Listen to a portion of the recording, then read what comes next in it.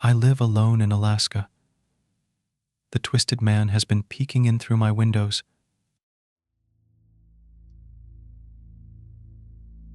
A few years ago, I decided I needed a major life change. Everything seemed to be going downhill. My finances, my mental health, my life. I would go weeks without sleeping sometimes as the heavy traffic passed through the city streets down below. Every time I went outside, I saw more homeless people, more needles and crack pipes littering the ground, more muggings and assaults and overdoses and deaths. The city had become a wasteland, and I knew it was time to leave. I had no girlfriend, no wife, no kids. My parents had both died a few years prior, and I barely talked to my siblings anymore. I had nothing to tie me down to this place where I felt like I was dying inside a little more each day. That was when I sold nearly everything I owned, got in my car, and drove up to Alaska to try starting anew. I bought a small cabin and a plot of land in the middle of its majestic mountains and dark, enchanting forests. In the winter, the northern lights would shine through like the eyes of God, sending out divine trails of light that danced through the sky in cosmic waves. And while the move did help give me some peace of mind, in the end, the source of all my problems had ultimately followed me thousands of miles into this endless wilderness. It would take me a long time to realize the cause of all this misery was myself. Because, as a wise man once said, wherever I go, there I am. I lived in that cabin for 3 months without any major issues other than the constant threat of bears, moose, and wolves. I had a rifle and a shotgun for hunting, a small garden in the backyard, and a solar panel to generate electricity. "This is the life," I said, relaxing on a hammock I had strung across the corner of the cabin while staring at the endless beauty directly outside the window. White-capped mountains loomed like giants in front of thick clusters of evergreens. A virgin covering of fluffy snow made the entire world glisten and sparkle. There wasn't a house or road in sight. No work, no stress, no pollution, no cars honking all the time. I closed my eyes, breathing in the clean air. I ended up falling asleep for a couple hours, waking up just as the sun had started setting, bright orange streaks mixed with the bloody smears of the fading light as it disappeared behind the mountains. I groggily arose, stumbling over to make a cup of instant coffee. As I sipped it, I wandered around the room, looking for something to pass the time. There were still quite a few random objects left behind by the last owner that I hadn't gotten rid of yet. I had moved in to find a stocked bookshelf filled with classics by Philip K., Isaac Asimov, and Robert Heinlein. Bored, I started rifling through the collection, looking for something good to pass the time. As I shuffled past several books, something caught my eye. A black, leather-bound book with no title or author name stood there, its cover faded with time and wear. Curious, I pulled it out and opened it. I saw the cursive scrawled across the pages in a neat, copperplate script and realized it was a diary left behind by the previous owner. The first entry was dated January 9th, 2015, and this is what it said. "I don't know if I'm going crazy or not. I went into town to talk to my therapist yesterday, and she said I should try writing everything down. She talks to me like it's all in my head, but I know it's not. When I first moved into the cabin, it seemed like paradise. I never thought in a million years that something would be slinking around at night. I never thought it would be hiding under my bed, peeking in windows and following me like a shadow. Right now, I'm snowed in with a cup of coffee in one hand and my pistol in the other. I can't sleep anymore. I keep hearing something shuffling around under the bed. Sometimes, I think I even hear ragged breathing, as if a corpse with dirt in its lungs had come back to life. I've caught glimpses of that thing in the darkness. Whatever it is, its skin is loose, almost falling off the bone. It almost looks like a naked, emaciated man. Its eyes are rotted and dark, its back hunched, its spine twisted and jutting out like tumors. It moves in this slow, jerky way, but I can never seem to catch it. Its body seems broken and out of alignment. Its legs bend the wrong way sometimes.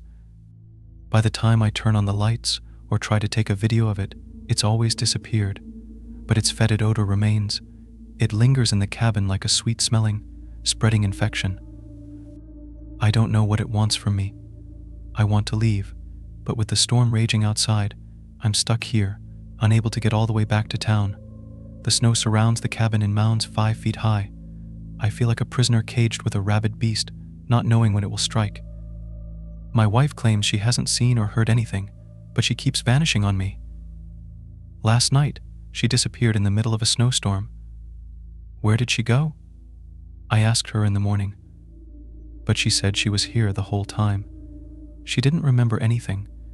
There's no way she went into town. There wasn't time and the trails were impassable that far down.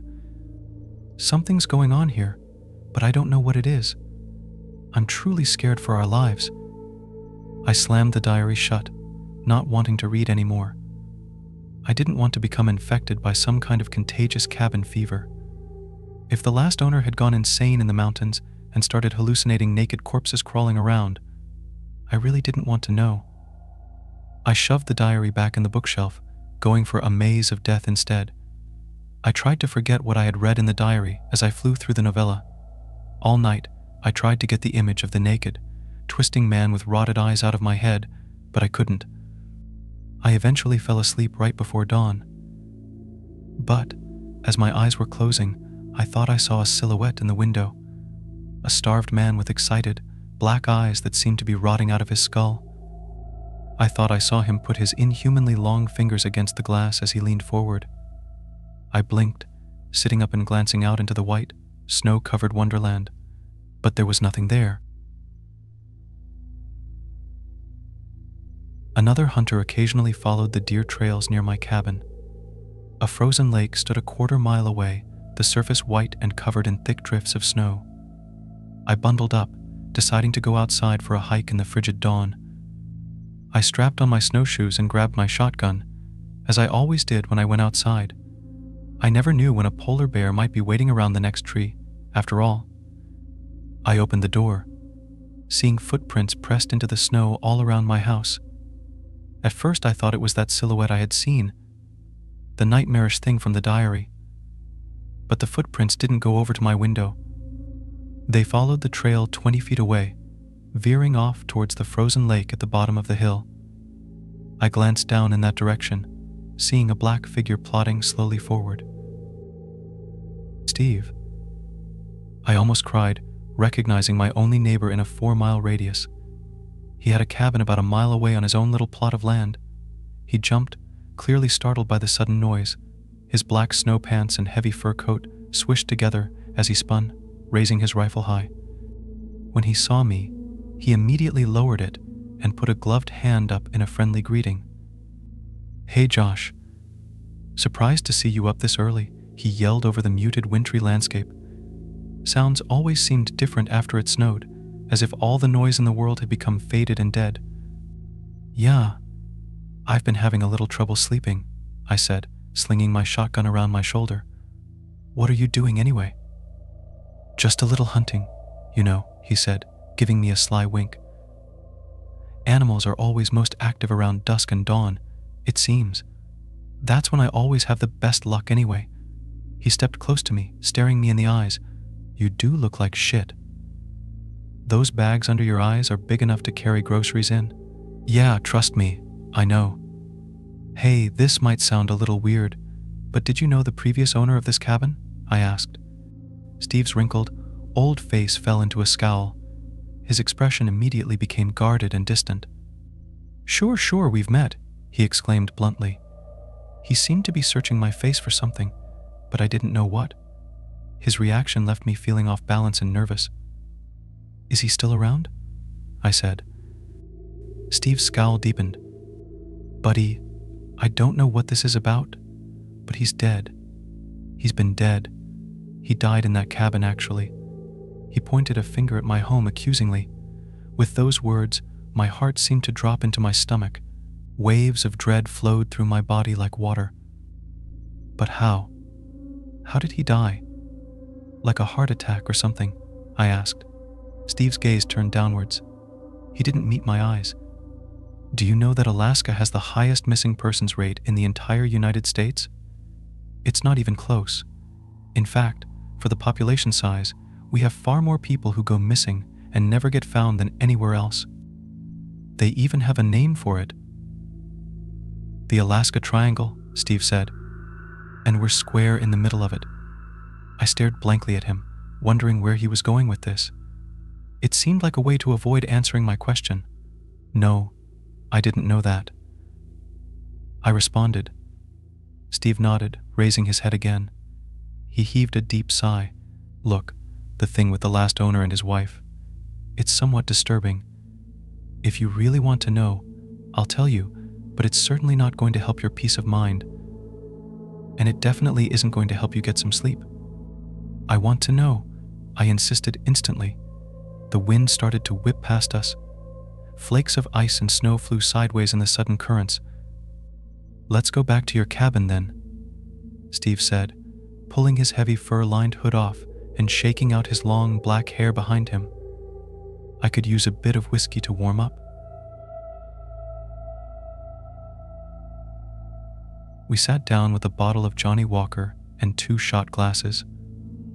I wasn't much of a drinker, but Steve certainly was. He chugged 3 shots in the span of a minute. I sipped at mine, drinking half and putting it back down on the coffee table with a thunk. Steve grunted, hissing through his open mouth for a moment. That's the good stuff, he said, slamming his chest as the burning liquor worked its way down. Steve looked up at me with a new sparkle in his eyes. Huh, so you want to know about what happened to Will Lenning? Well, I'll tell you that no one really knows the whole story. I used to see him occasionally, come down and have a drink and talk. We all know each other around here, obviously. I nodded, motioning him on. He seemed like a normal, upstanding guy. He kind of reminded me of you, actually. A young guy trying to escape the hustle and bustle of the city life, the cancer of the American dream. Well, he was here for maybe a couple months.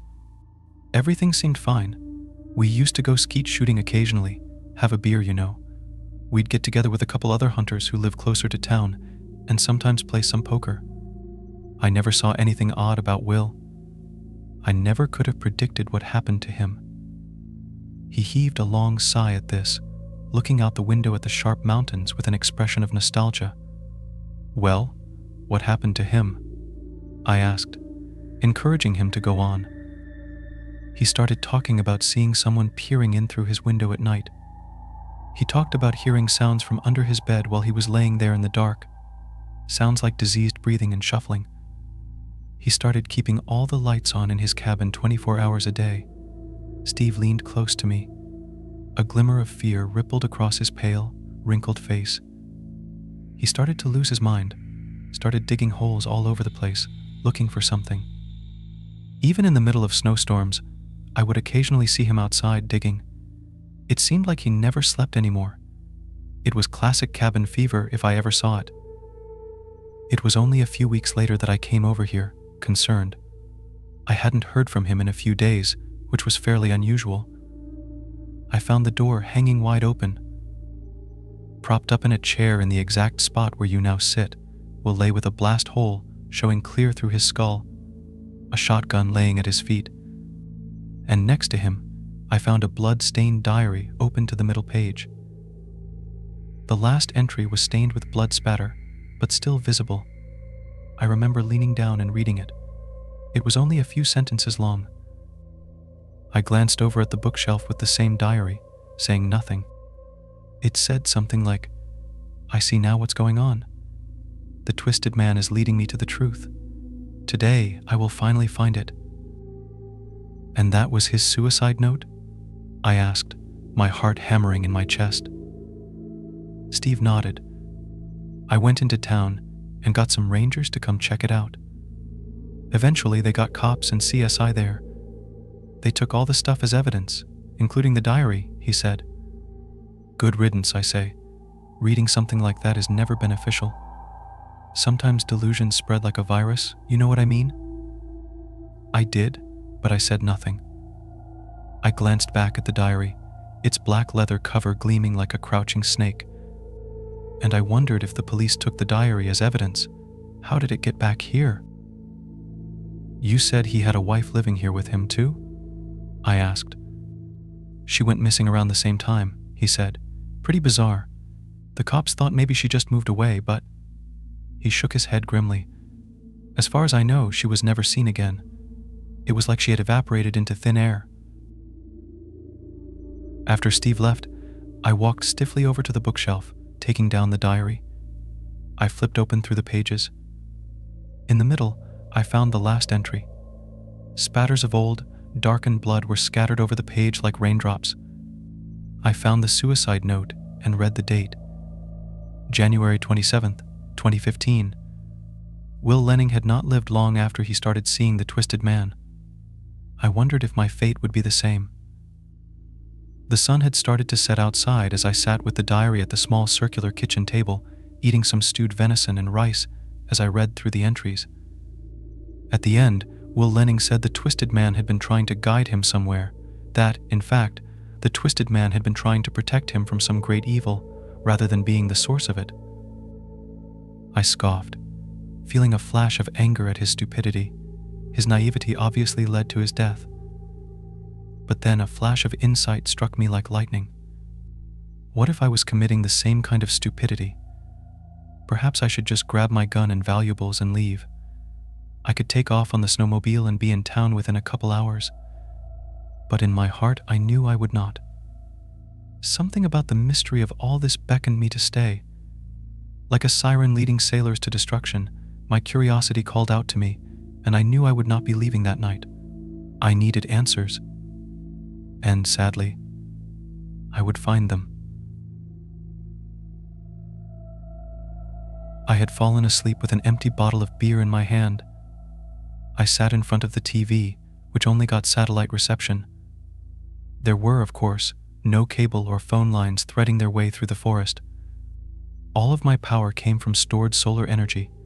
Since I rarely watched TV and really only used it to cook or heat up water for bathing, the energy produced was sufficient even in winter. Tonight, though, I needed its sound, its mindless flashing of light and colors and canned laughter. It seemed to drive away the creeping, suffocating presence like a candle. I woke suddenly. The TV flashed with static. The repetitive hissing of the white noise spit from the speakers like thousands of snakes. I glanced up at the clock. 3:33 a.m.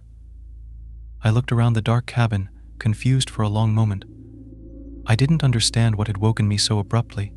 The satellite had never gone out before, even with the howling winds and freezing hail of the Alaskan winter. The TV started flickering, as if the static were rising upwards. Black lines traced their way horizontally across the screen. The hissing deepened into a gurgle, and for a second, I thought I heard faint words behind the white noise. I thought I heard breathing, slow and diseased, like the death gasp of a drowning man. A black line rose across the TV, and an image came into view. The cabin was suddenly plunged into silence, except for the shrieking, wintry wind outside. I leaned close to the screen, confused at what I was looking at. It looked like a live camera feed of a room. As I took in the details, I realized it was my cabin.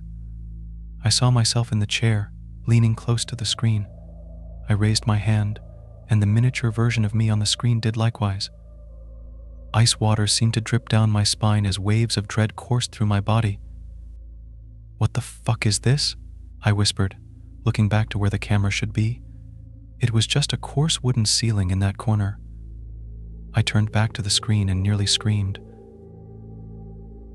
The TV showed a pale, naked man crouching directly behind my chair now. With jerky movements he rose, his broken spine twisting and shivering. A hissing voice rang out from the speakers. It spoke as if it had dirt and writhing maggots in its throat.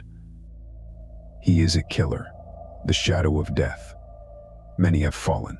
Many lie buried across this forest. You will be next. He is watching you." Long, broken fingers with blackened nails reached out to touch my shoulders. I jumped out of the chair, stumbling back as I spun around in terror.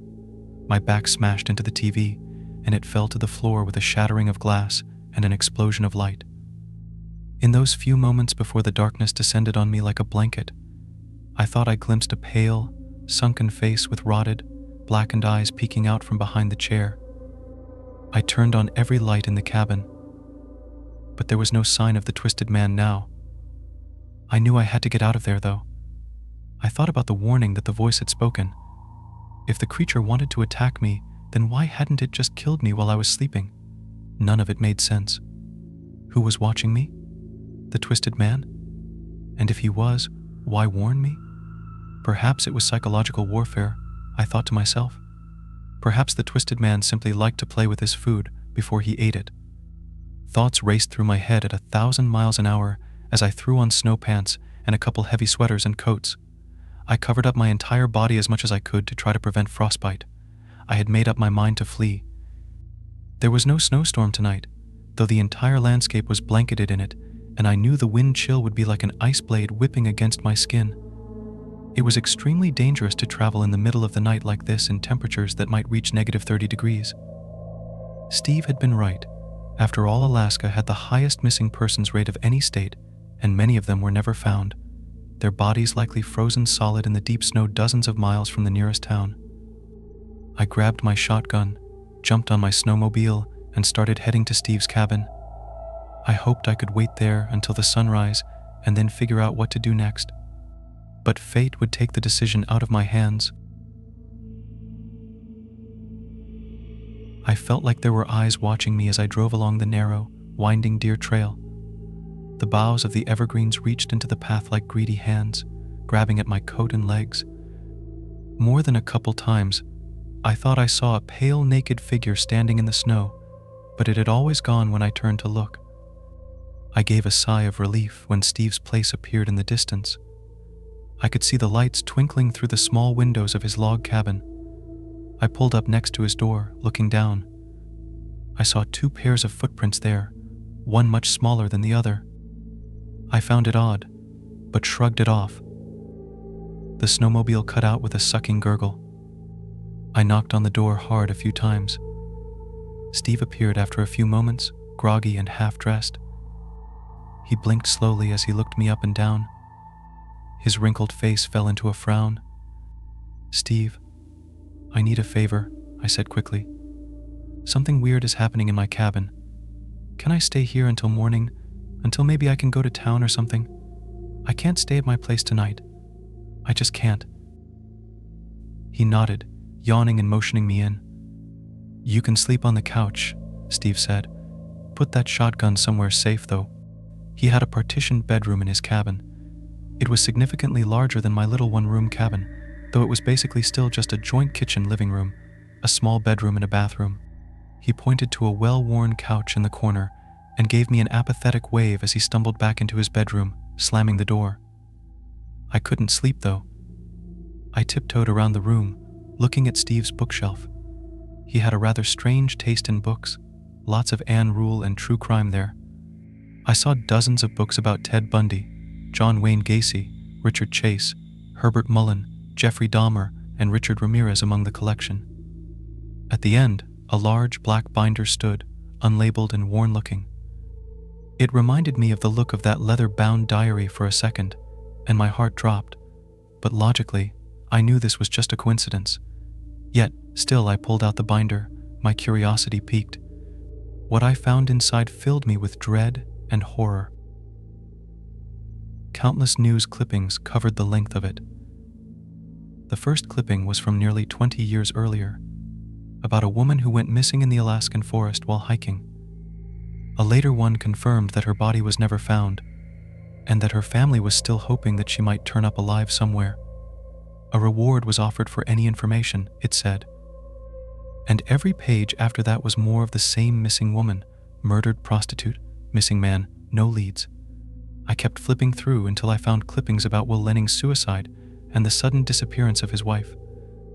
On the article about the suicide, Steve had used red marker to scrawl, "haha," next to it. I heard the click of a gun being cocked from behind me. I froze as Steve's voice traveled across the room like a whisper. "How do you like my work, friend?" he asked, his tone jovial and mocking. I still held the binder of horrors tightly in my hands as I stared open-mouthed at this man I thought I knew. "It's you? What, you killed Will Lenning and his wife? And a lot of other women, apparently." Everything felt unreal, as if I were stuck in a dream. Steve's grin spread across his face, but his blue eyes stayed cold and dead. Yes, well, she was cheating on him with me anyway. Just another whore, you know. They always get what's coming to them in the end, he hissed with hatred oozing from his voice. It's too bad, really. I just killed another slut tonight. I was planning on saving you for later. The urge isn't too bad yet right now, after all. It comes in cycles, you see. It comes in waves. I saw a glimmer of pale, naked flesh writhing behind Steve. With jerky movements, the twisted man came up behind him. I said nothing, just watching with wide-eyed horror and amazement. You need help, I whispered, and Steve laughed. Help?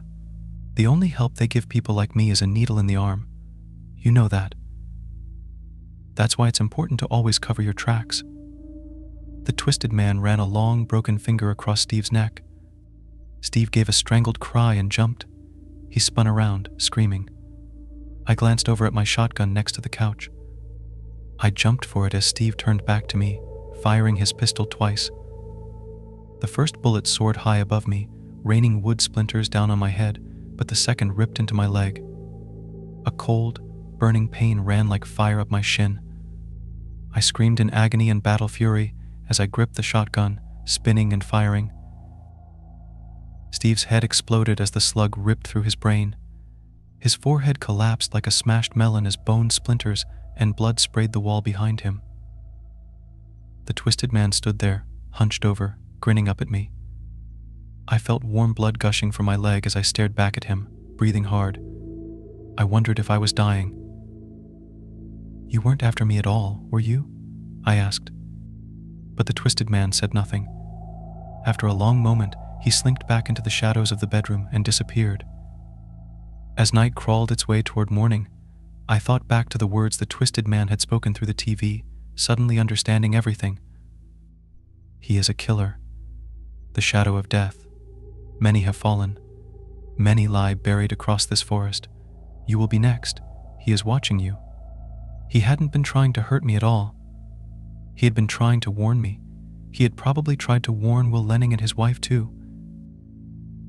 I wrapped my leg in gauze, gritting my teeth.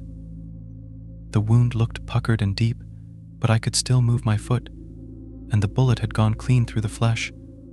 I poured alcohol on it, screaming in pain as it burned its way through my skin. After rummaging through Steve's bathroom, I found some prescription painkillers and swallowed a handful of them with a beer. I knew I would need the opiate high to get through the pain of riding into town with a mutilated leg. As the sun finally rose, I made my way outside the blood-stained floors of the cabin to my snowmobile. Before I left, I glanced back at that horrid place, the scene of so much torment and death. In the open doorway, the twisted man stood, his back hunched, his rotted lips grinning at me, his hand lifted up into the air with jerky movements and waved.